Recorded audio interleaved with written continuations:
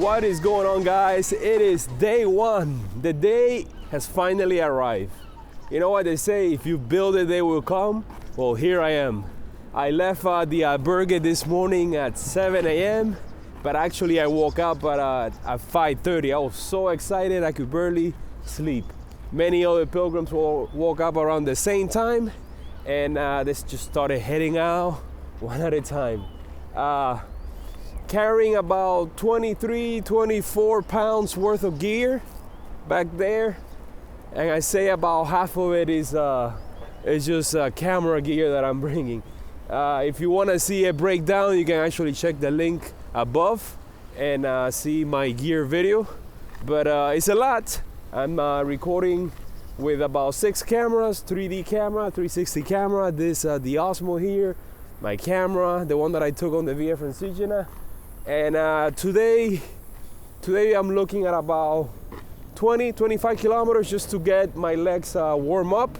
It is gonna be mostly on the beach, following the beach. There's a lot of people that actually take the metro just to get out of town and avoid the suburbs, but I'm not here to take metros, so I'm gonna walk all the way. I have leftovers from yesterday. The meal that I had was just massive. And I brought some meat with me, so I'm gonna eat that for lunch.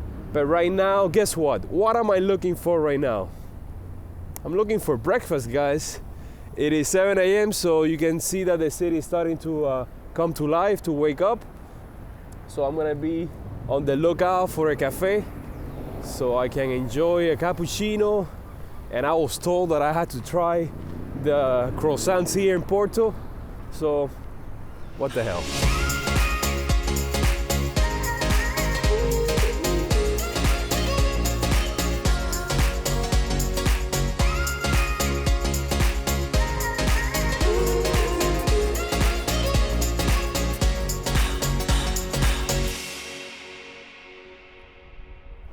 Alright guys, so I made it to the ocean, which I will be trailing almost all the way to Santiago. This is the Camino Portuguese, as you already know, and unless the weather forces me inland, I'm just gonna have the ocean on my left side the whole time, on your right hand side. Just had breakfast. I stopped at a cafe and I enjoyed my first cappuccino and croissant. It was highly recommended, and it was very nice.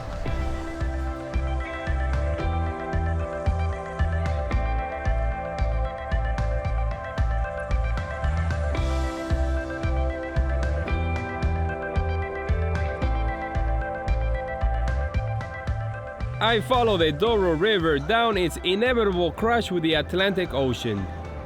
A spectacle in full display at the Felgueiras Lighthouse. The waves have violently crashed into the old granite lighthouse over the last 2 centuries. The views are spectacular, and the salty breeze follows the rising tide.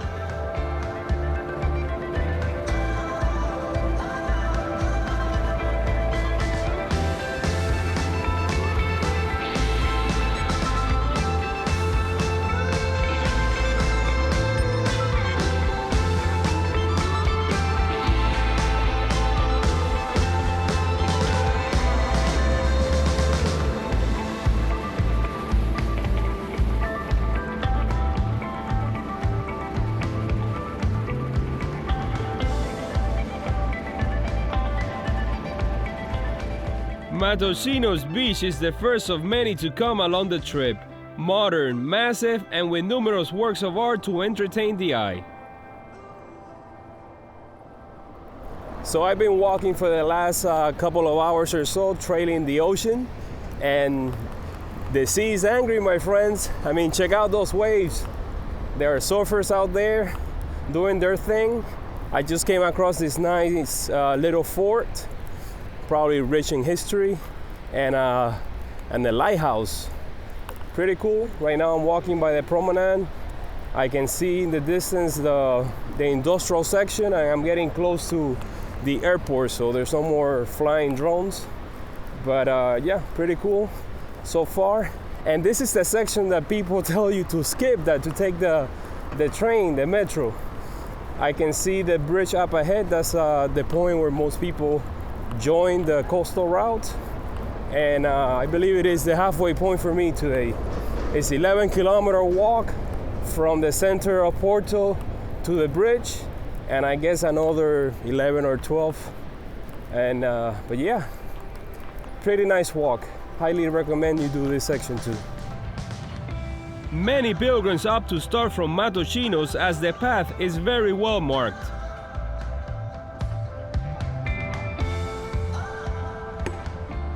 Senhor do Pedrao Garden offers the perfect opportunity for a rest stop before entering the industrial area surrounding the port of Leixões, one of Portugal's major seaports. I spotted the occasional shy pilgrim strolling down the beach side. It was 11:23 a.m. and a cool 15 degrees Celsius. The streets were buzzing and hustling.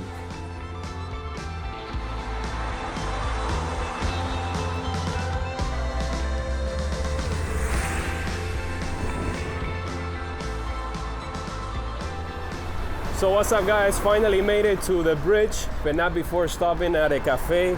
And not just to enjoy the coffee, but I also needed to drain the lizard, because in the 3 or 4 hours that I spent walking by the beach, not a single bathroom in sight. The metro station is right next to the bridge, so it's very convenient to do it, to take it if you want. I had to wait for a boat to pass, took a 5-minute break, and now I'm crossing it. But I'm still in Porto. This is not the end of the city. Actually, I think today, the place where I'm staying, I'm still within the city limits. Just over Ponte Moivo is Leiça de Palmeira, a quiet beachfront neighborhood. And a mere 4 kilometers away, you can find the famous 1926 lighthouse of Boa Nova. At 46 meters tall, it's one of Portugal's tallest. On a grassy field lies a spectacular ensemble of statues dedicated to António Nobre, a Portuguese poet from the 18th century. It was the perfect spot to break for lunch with the unexpected company of 2 pilgrims I will come to see a few more times along the way. Can't see it from the distance.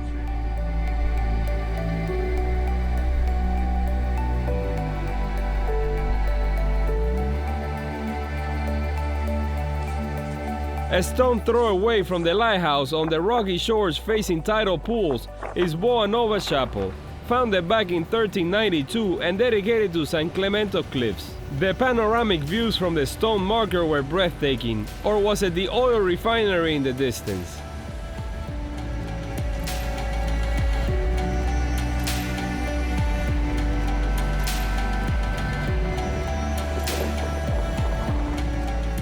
The wooden walkways, partly reclaimed by the sandy shores, are a welcome addition to an already beautiful stage. I follow them to Memorial Obelisque, a monument erected in the spot where King Pedro IV, along with 7,500 troops, landed in July 18, 1832, to fight off a repressive regime in what is now known as the year-long siege of Porto.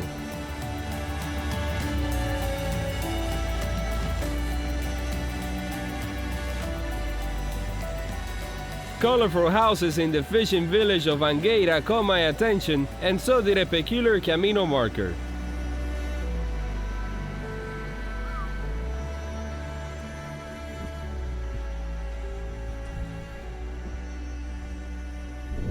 Man, I'm taking my sweet time.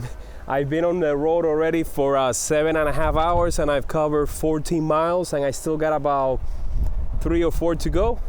But at least I already had lunch, and I took a 5-minute break at a cafe with a nice view and a friendly dog just to enjoy a Coke.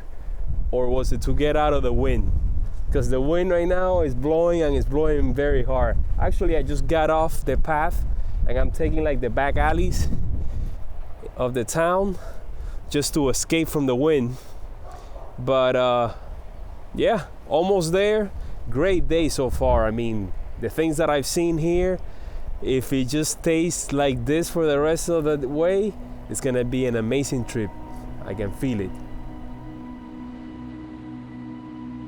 A wooden bridge and a few playful ducks welcomed me to Labruge around 3 p.m.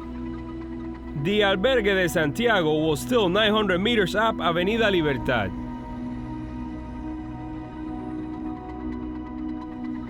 So guys, I finally made it to the Albergue after walking for 8.5 hours. It seemed like an eternity, but I did 16.4 miles or about 26 kilometers, so not too shabby.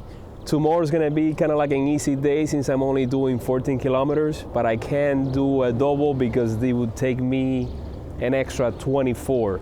So I'm not doing that. So I'm gonna wake up late tomorrow morning, have breakfast, and then head out. Now this albergue is kind of like a little bit inland from the beach. I had to like walk across town. I saw a couple of restaurants where I'm thinking about having dinner tonight.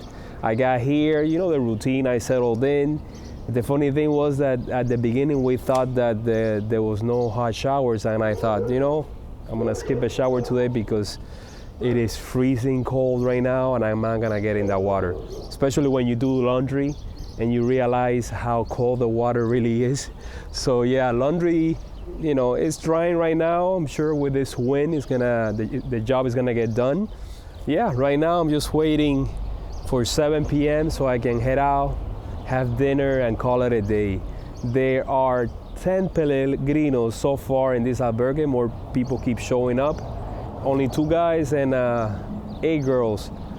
1 big open dorm. It's donativo, so I left my 10 euros. And what a great day, man. Day 1 is almost over, and it's funny because I'm 1 day behind schedule. But I'll make it up. I'll catch up at one point. And yeah, just waiting. Sun is going down. What can I say? Great day.